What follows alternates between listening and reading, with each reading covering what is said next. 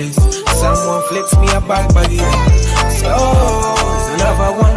It's another one, yeah. It's a full span, yeah. Oh, it's another one. It's another one, yeah.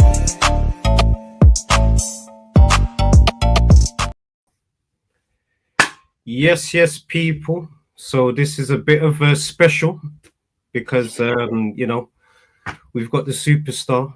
I call him the superstar, and for me, I'm never gonna lie to you. We have to give you your props, my bro, because for me, you're Mr. WrestleMania. You've got that title after you've just done the shit. You've got that title of Mr. WrestleMania. So, bro, big up to you, Abbas, man. And before we get to the show, we obviously just have to hear from our sponsors because you're wearing the trackie. I'm wearing it as well. Big up. Let me go. Which way is it? This I can never do the left and right, you know. No way.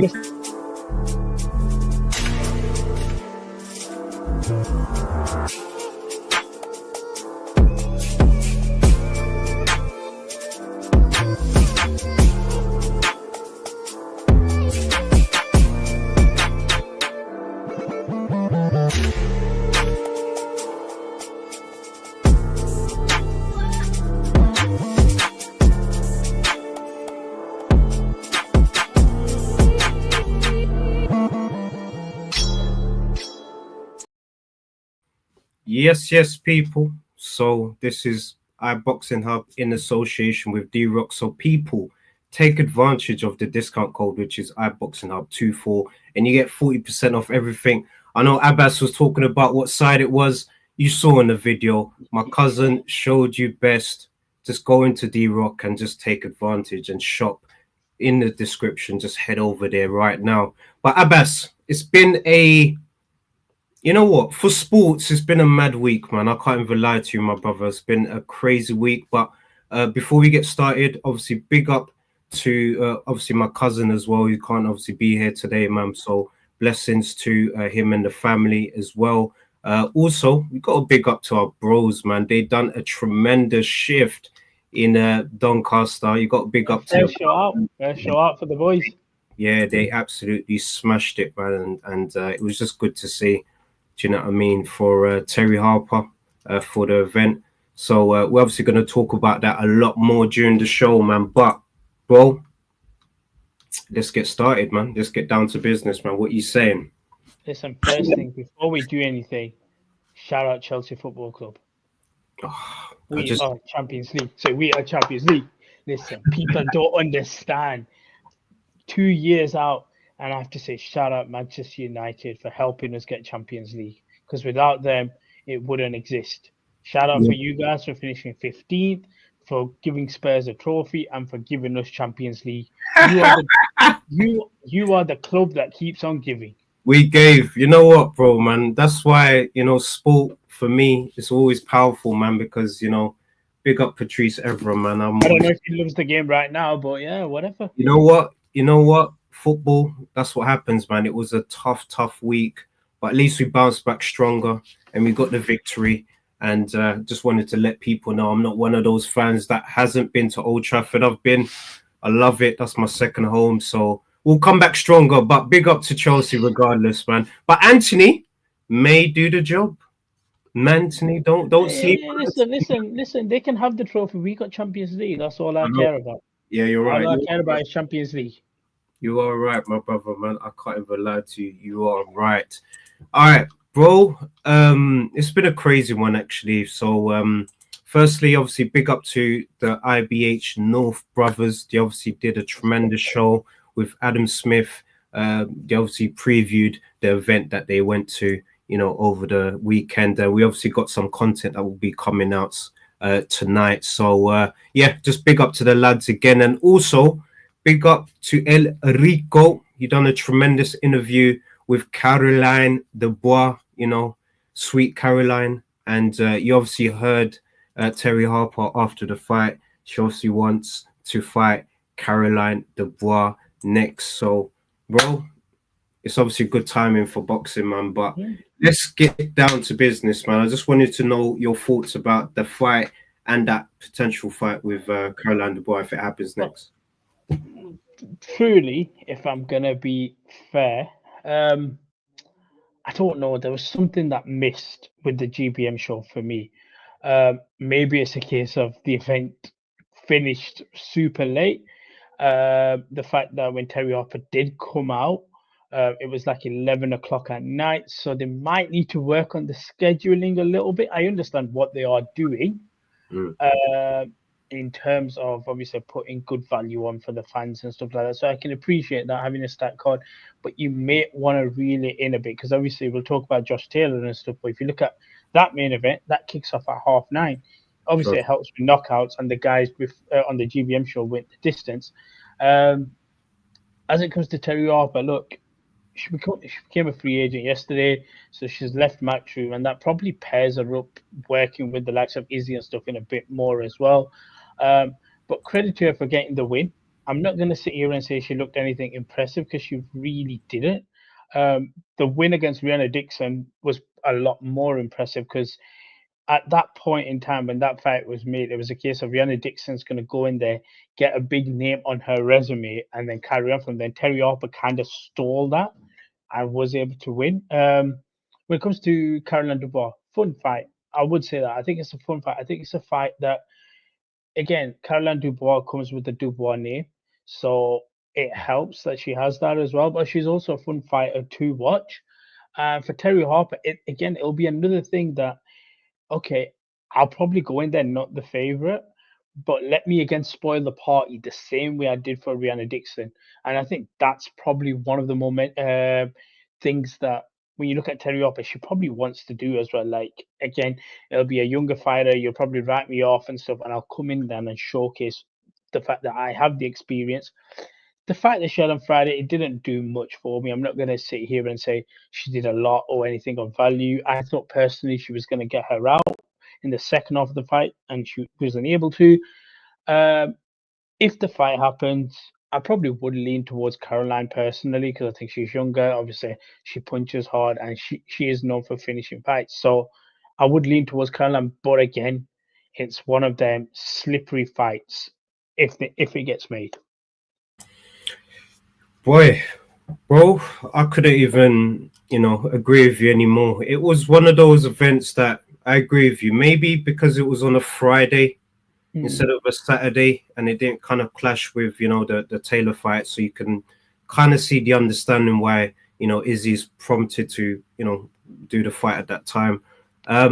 Atmosphere, obviously the lads know it best. It was a good atmosphere, but the fights, I do agree with you, was not really that exciting. And I did expect, Terry Harper, like you said, to, finish the fight in under 6 rounds, in my opinion, man. But, credit, she obviously got the win, good win. And I hope we get to see the Caroline Dubois fight next because it's a good domestic fight. Caroline Dubois obviously said it in the interview with Rico that she wants Terry Harper next, then Ferreira next, then obviously Undisputed, man. That's the order that she wants. So it's going to be an interesting, let's see what happens next. Yeah, I'm with you. Like I said, I think there was a strong period for women's boxing, and it has kind of fallen off, and that's a little bit due to the fact that there's a lack of genuine stars. Caroline seems to be one of them that carries the boat going forward. Obviously, we know with Jake Paul, he's got a lot of the women guys, and he has the marquee women's fight in Katie Taylor, Amanda Serrano. So he has that main fight that no one can take away from him. But outside of that, there's not really anything that I look at. I'm super excited for that. That's a fight that headlines an event type of thing. So possibly this could be one. It probably would headline if it does get made, but again, it needs to have something for a lot of people to be interested because everyone is always interested in Katie Taylor versus Amanda Serrano, but outside of that, there's not a lot. All right, you know what, Abbas, man, I'm gonna flip the script here, man. So I want you to kind of put on your imaginary John Cena hat on, yeah? You're the promoter. Hey. You're the promoter for this event. Yep. Caroline Dubois versus Terry Harper. What is the title of the event and what venue would you do it? Because I know you're a football man. so you would know the right stadiums. And plus, bro, you go to the events, my brother. You know atmospheres, so you just give me your thoughts, man. I want to know what you would do if you were a promoter. If we're gonna do it, I think it probably happens in London. I do think the only problem is you then have to find a venue that you can afford, and also one that you won't be able to sell out. I don't think you can sell out a venue with it, but you can sell out your max capacity. So it's either that or, like I said, up in Yorkshire. It's got to be one of the two. Obviously, they got the medical arena in Sheffield, I think it is.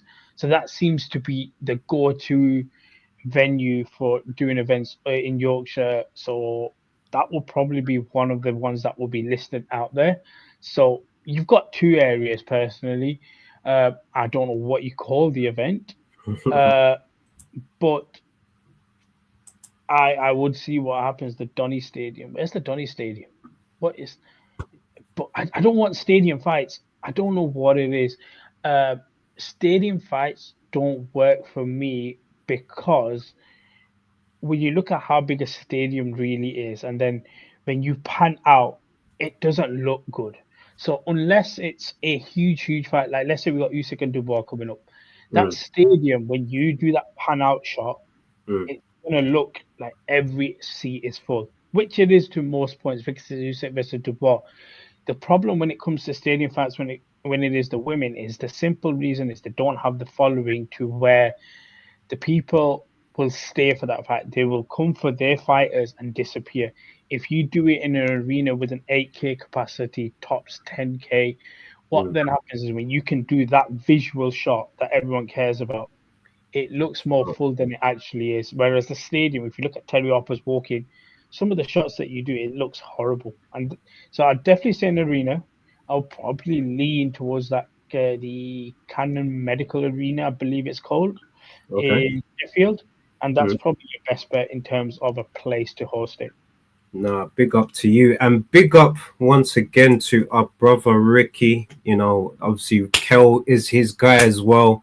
Done a tremendous job, you know, on Friday, just being there at the event. Ricky's obviously saying Harper Dubois should have been the Donny Stadium, not Zimmerman, which is true. I do agree. Maybe they can do that next, but I am leaning towards what you're saying, brother, now that you've pictured it like that, because I'm kind of thinking from a WWE perspective, you know, growing up, watching these big events. They weren't doing it in stadiums before. But they were doing it in little venues. But, you know, as a child and, you know, watching an event, seeing the clips, the shots, it looks full, it looks packed. I agree with you. I think, but I'm just thinking London, because I would lean towards Caroline being the A-side fighter. So what venue in London would you do it in? That would be something you'd have to tell me, because the only venue I can tell you right now is the O2. I think you got the Wembley Arena and stuff like that. Yeah. But again, when it comes to that, you're not going to sell it out. It's too big. So how much of it do you realistically close off to make it value for you as a promoter to take that fight? And it's expensive. The only thing that works for London is, and it's that funny thing, is because you've got the 11 p.m. curfew out there, it helps. Because people know, okay, we've got to get this fight, we've got to get everything wrapped up. It's not a case of what we had today. And that's, I mean, not today, on Friday, when it's like the main event starting at 11 o'clock. So I would say that the only thing I need is a more concise card. I don't need a lot of fights. I just need some good, genuine matchmaking fights where I'm like, okay, I'm intrigued by it. You maybe need a bit of star value as well to go with it, because I think that's something that's lacking when it comes to GBM, and it's understandable because they're new on the block and stuff. But you might need to go and pinch a couple from Matchroom or whatever, and say, let us bring them onto our card, fight our fighter and stuff, and just add a little bit of name value to the card as well. I agree with you, my brother. I think we're at that time now where, you know, co-promotions just need to happen between, you know, different promoters. And I could see Ben Shalom, you know, having a conversation with Izzy about a potential fight where they can, do it in one platform. So in a way, boxers kind of gonna be on, the zone if they actually did it on that platform. If they did it, like I said, the boxer deal, I'm not 100% with it. Obviously, me and Rico, we've just talked about it in general, about the deal and where it's at, and in terms of it running out, etc. But it all depends. It all depends if Sky want to keep Boxer on. If they want to keep Boxer on, the fight happens on Sky Sports, which, funny enough, might be better because it opens up more eyes than it does on DAZN. Because everyone likes DAZN, but people who like DAZN are boxing fans. They're not just sports fans that tune in for a boxing fight, and that's the difference. And I think you was actually talking about it on the last Crossroads and boxing episode, the IBH North team about, accessibility. For me, Sky Sports and Boxer, whatever Ben needs to do to, make the deal nice, he just needs to do it, in my opinion, man, because he's bringing that accessibility for us, fans, man. We watch football, for example, and we could watch football, no qualms, no problem. But for the purists, they know the issues that we got to go through in boxing. If you're not paying subscriptions or, doing whatever, then you're not watching the boxing, unfortunately. So, I agree with you, brother. 100%. Yeah, no, I see it, man. Like, I like DAZN. The only problem is if outside of pay-per-view events, people don't care about DAZN if you're a casual. Yeah, no, Abbas, you're preaching, my brother, man. You know what? Let's get down to business, man. That's my my line for the main event, of course. We're obviously not going to get down to the main event just yet, but it was a big card. Land of the Brave, Taylor versus Esserman. I think it was a bit of a disrespect to Esserman that, it was the homecoming. Yeah, but it was fair. It was fair. But look, let's talk about Moses Atuma, my brother. Analyze his performance for me, my bro. Not really much to analyze. Less than 2 rounds in it, if we're being real. There's nothing to analyze. Bro, he just came in, did business, and said, right, I'm going to leave. I'm going to collect my paycheck from you, Granddad Frank. Thank you for the night. I'm job done. I always think, with Moses, right? You see how fighters go into training camps. They have a training. Bro, Moses don't need a training camp. He just be turning up. He could just be like, yo, when's fight? 2 weeks, got you. Let's go gym type of vibe. And that's what it feels like right now. But that's because he's so dominant.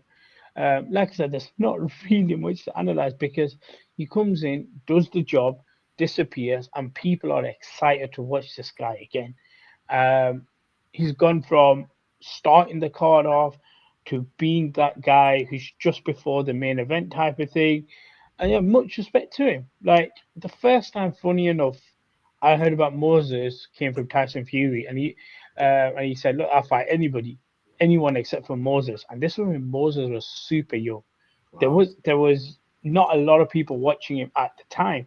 And Tyson was the first one that I remember speaking to him off camera, and he was like, I'd fight anybody but Moses Atuma. And I was like, oh, who's this kid that, is around and stuff like that? So he's already had the core signs. He's obviously got the promotional side of things, and he's delivering. That's the best bit about it. He is delivering.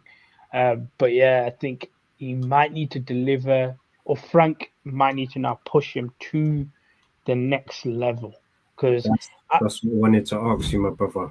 What is next, man? You're hearing the lingers, and I don't. You know what? I don't like the lingers, man, because obviously, the talks, man. The talks over Bacoli, next. Would you really put him in, with Bacoli? Because I'm thinking about Makongoli's brother. If he's at his optimal weight, as in if he's at his, he can't get to his optimal weight. He's a fatty now. He could. I think he can do it. He's a fatty. He likes his food. I think he could, my brother. I think he could. For a big fight, he can get to that weight, man. Trust me. I take it. I take the fight. If I'm Moses Atuma at this moment in time, And Martin Bakoli, after seeing the way Martin Bakoli really is, zero gas tank, and with the power that you have, I'm not saying Bakoli don't have power, but it feels like right now that would be the perfect fight. And the way that would push Moses Atuma would be crazy. You Yeah. can then be like, oh, okay, right, we can headline this here in the UK.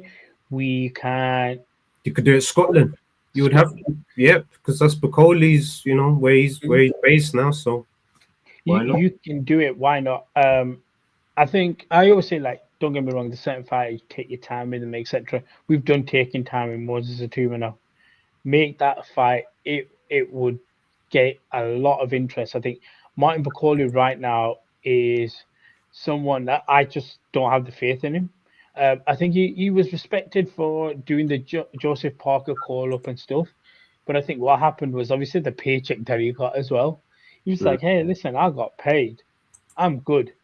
And you come in £300 in your last fight. You don't really do anything. You've got zero gas tank. You have probably 2 rounds where somebody's like, "Oh, here he is." Whereas Moses Atuma is serious. I'd do the fight. Like, I'm not one of them that's like, "Oh no, jump the hype and stuff." But not this one. I'd do the fight. And it'd be interesting because it'll be like a sink or swim moment for both guys. Yeah, you know what? Who do you want him to fight? Who, Moses Atuma? Yeah. It's a good question, man, because that is a good fight for him next, potentially. But then, you know, I kind of look at, you know, Herkovich, man. I think Herkovich would be a good fight for him next, man. And I think that would be a better name to have on your resume right now. And after his win, you know, you want to get the person that's on the ascendancy right now. Obviously, my Congolese brother, you know, I'm always going to back him up, Martin Bakoli. But obviously, after the last performance, you're not really going to, you know, want to put yourself in that risk, man, because the risk reward is, you know. No, I hear. This is my problem with Hergovich. I think he brings too much trouble to Atoma right now. Okay. Hergovich can move. Hergovich is a bit more slicker. Right now, probably what you want with Moses Atuma is someone who doesn't have that slickness about him, but has enough name value where it matters. And that's where Bakoli's there, Zhang is there, and stuff like that. So these guys that are big don't really have the movement of like a Hergovich, of a Joseph Parker and stuff like that, where it becomes awkward if you start chasing him. Obviously, another fighter in America, you got Jermaine Franklin. He obviously talked about being a free agent and stuff. So there's a name that holds a little bit of value because obviously it's for AJ and Dillian White and stuff. So there is value there. And for me right now, if the opportunity came to get Martin Bakoli, You're saying getting right in there. You're not wasting time. Nah, no wasting time there. You're not wasting. No wasting time at all. No, it's fair. Look, I can't argue with you, my brother, man. We just have to see what happens next, of course, man. And just briefly as well, Alois Jr., you know, he obviously got his victory as well. Did call out Vidal Riley. So I just kind of want to get your thoughts on that quickly before we obviously get down to the main event. Little early. I mean, Vidal Riley, I like Vidal Riley. I like him as well. I think Vidal Riley, for me, when you look at that division, 12 to 18 months is a world champion. So it all depends. Like for Vidal right now, it's like I get it. He's at a period where he wasn't able to get fights, injuries, pullouts, stuff. So for me, it all depends on whether he wants to make a fight happen. Because I think Vidal's in the weirdest spot ever where he has a following that was given to him before boxing. I know he probably hates when people say that as well, but it's true, it was. But he's also carved his way with boxing as well. So I'd probably say it's up to Vidal and what he wants to do and stuff like that. But like I've always said, it's like 18 months in his division anyway. there's not a lot of elite international guys. It's more the British guys anyway. So you go through them, you are a world level fighter anyway. So Vidal, cool. Vidal's open to fighting a lot of people as well. But he also, I want to say, I can't speak for him. He wants to do it if it makes sense for him as well. It's true, and we know, I agree with you. I think Vidal is a very intelligent businessman as well. You've seen his platform, you've seen what he's been able to do with that platform, and it kind of intertwines what he's doing in boxing as well. So every move is calculated. So knowing from, looking at his stuff and knowing him as a person as well, I reckon he's looking at that European title route, man. I think he's looking more ahead rather than backwards. So you're looking at the likes of, Alois, Isaac Chamberlain. They're going to be, calling for him. But he's looking back and thinking, do I really want to go back there unless, the money's right? The money's good. If the money's good, 100%. But like you said, I've always said this, when you look at that particular division, you clear out the UK side, there's not a lot at the world level that's that good. I'm not sitting here and being the biggest follower of that specific division, like I am at 135, 140s, and the American divisions, as I call them. But internationally, I don't think there's that much of an appeal. But yeah, once you clear out the UK guys, there's a world champion in Vidal Riley right there, and he's going about it the right way. Yeah, 100%, 100%. All right, my bro. This is what you call the main event of the evening. Josh Taylor versus Esselman. We obviously saw, on the night what happened, bro. Esselman, showed absolute class, to get that victory. And just look at that. Look at the whole team is excited. And look, big up Esselman.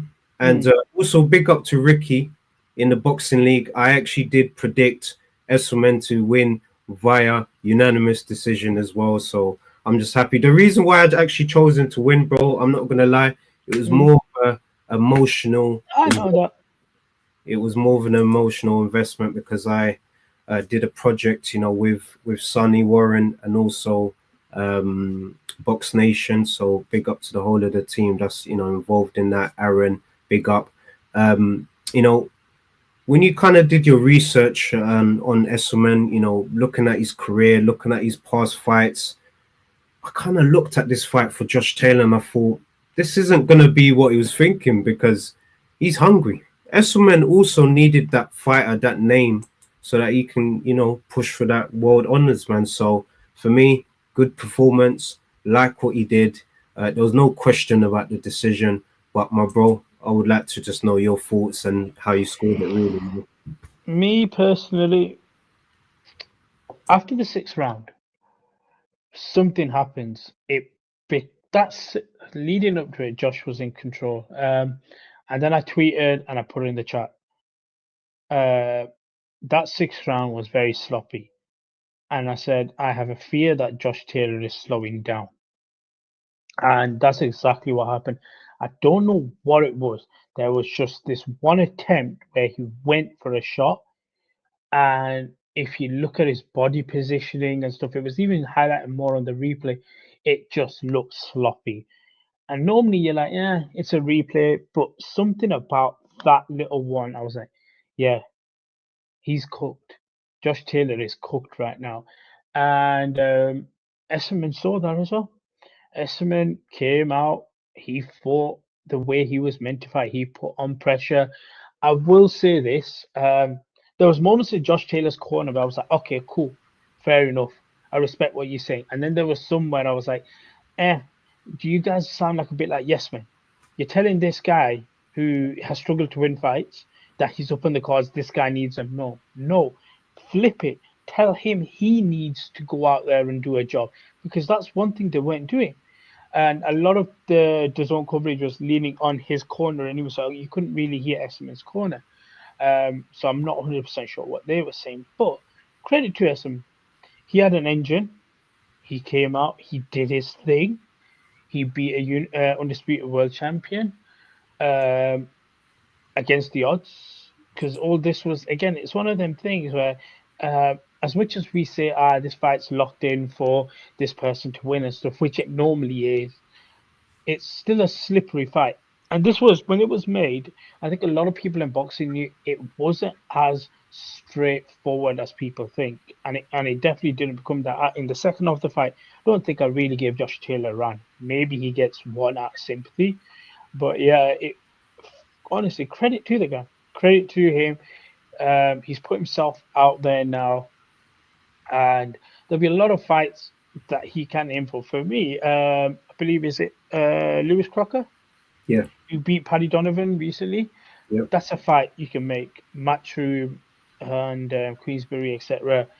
Synergize that stuff together, make it happen. Headland fight. So Esserman's got a lot of waiting for him. But this is a painful one. Could Frank squeeze him into the world title hunt? He could 100%. He could do, yeah. I'm gonna be real with you, bro, and this is where, like, we're gonna kind of talk about the politics, not really properly, but we're gonna keep it real. Conor Benn, obviously, you've seen what's happened with him.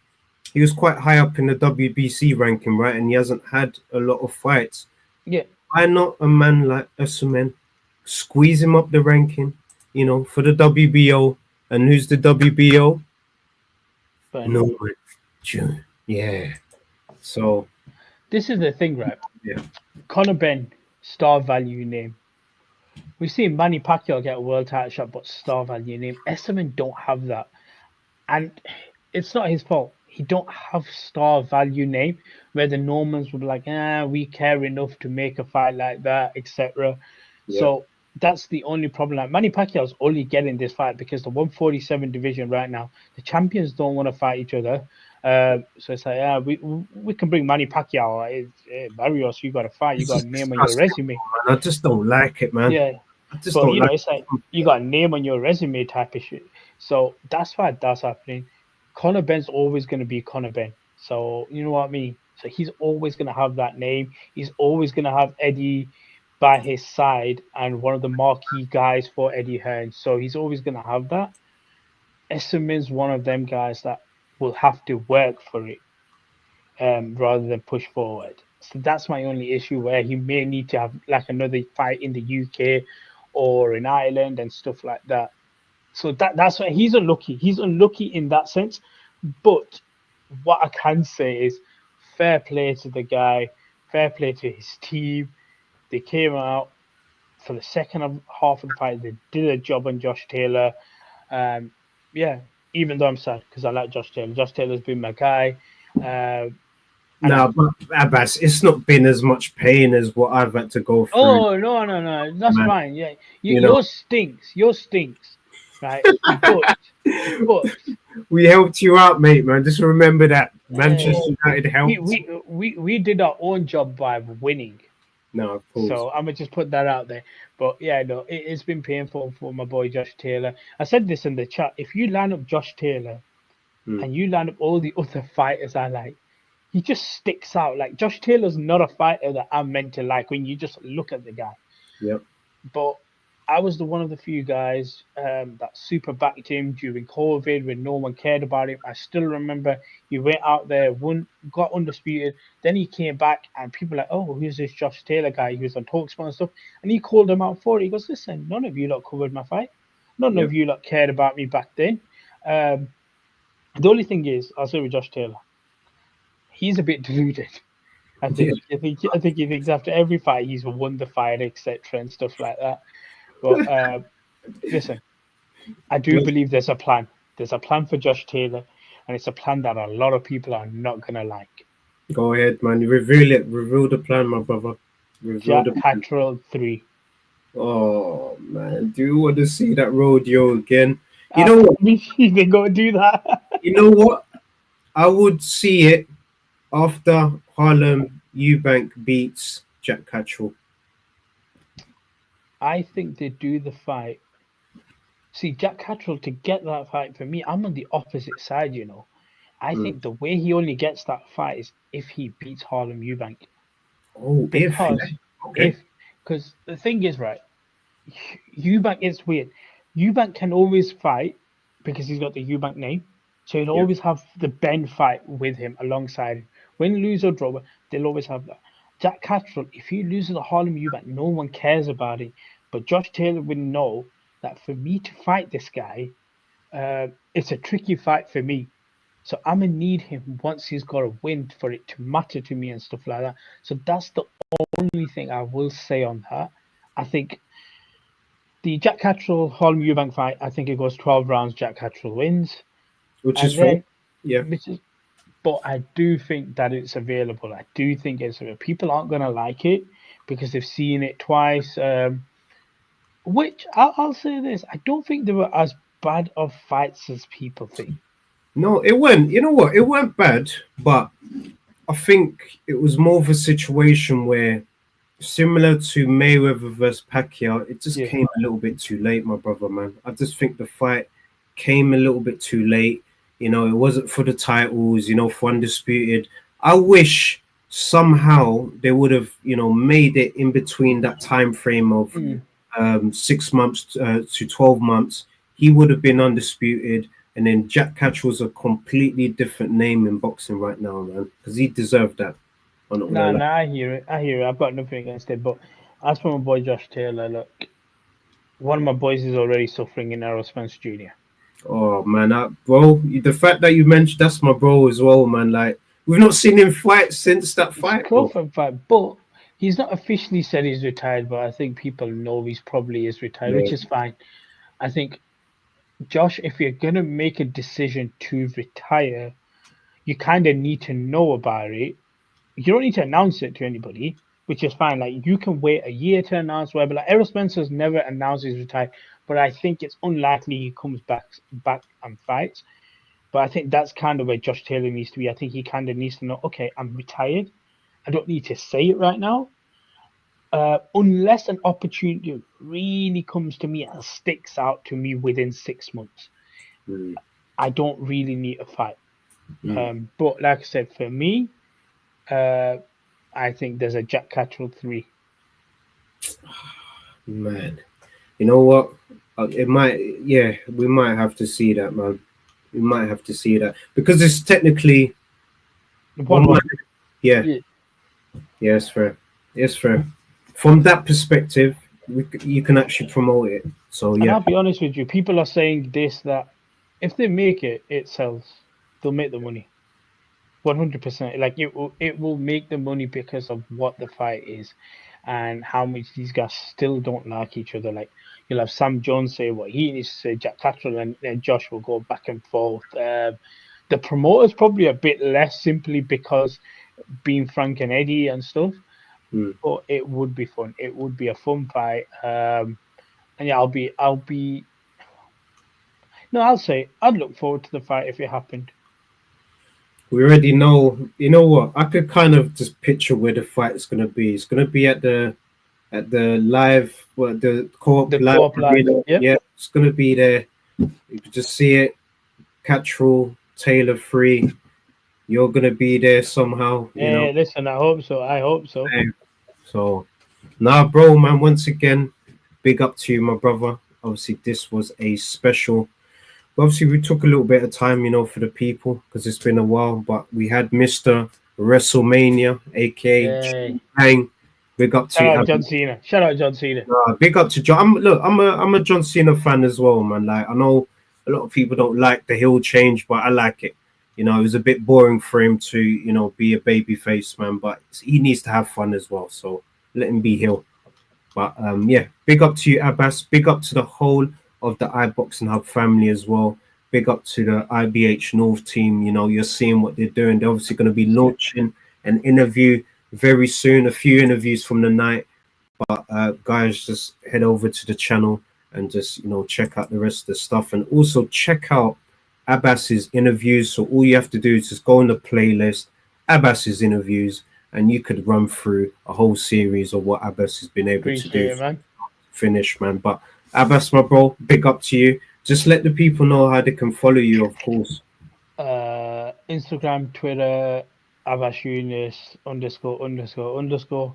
Right now, if you go onto my Instagram feed, there's only one thing you'll see, and that's Chelsea Football Club.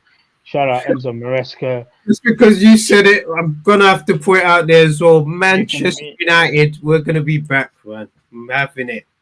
We're gonna be back. Yeah, you guys enjoy 15th. I'll be at Old Trafford next year again. Just because why not? It's an easy game, no problem. Oh, look at that. Look, this is Lightwork. It's funny how, you know, Lightwork. It's funny my life is now because you wouldn't be talking to us like that when we had guys like Patrice Evra, you know, some of the legends, Cristiano Ronaldo, listen. the best. But them times, we had Didier Drogba, we had Frank Lampard. We could talk to you the same way you could talk to us. We beat you in the final, remember? We beat you at and guess what's happened since then? We've won 2 European champions, we've won 2 Champions Leagues, 2 Europa Leagues, and you've won 1 Europa League. It's fair. I can't even argue, man. You man got Champions League, and we're happy to watch you. We're vibey. Nah, big up to you, and big up to Boxing After Dark as well. This is a tremendous channel, people. So make sure you go to their content because it's amazing. Thanks for tuning in. Fingers crossed. We get Osherman next season. Up the Chelsea. Oh, look, we got a Chelsea fan. Proper Chelsea. What's this, man? We got Chelsea. None of that Manchester United rubbish. Look, I always say this now. If you're born in Manchester now, if you're having kids in Manchester, you're growing up a blue. You're not growing up a red. You know what, Abbas? You're an absolute legend, man. Love you, brother. Peace and blessings. Appreciate it, man. And Take care, bro. Thank you so much for tuning in to another show as well. Just keep liking, keep sharing, and just keep letting people know what we do as well, man. We do these shows and the content for you, and we just want you just to utilize, you know, the boxing world that we're bringing you into through our content. But Abbas, God bless you, my brother. And you know what? I'm gonna hand it over to you to wrap it up. Listen, people. Trey said the words, so we're gonna call it a night. Enjoy your bank holiday. Enjoy everything that comes with it. And just remember, Chelsea are in the Champions League. Hit us with the outro, Trey. It's another band. All the Muslim cars now, whichever get up. I start my card with a sweet one, please. Someone flips me a bag,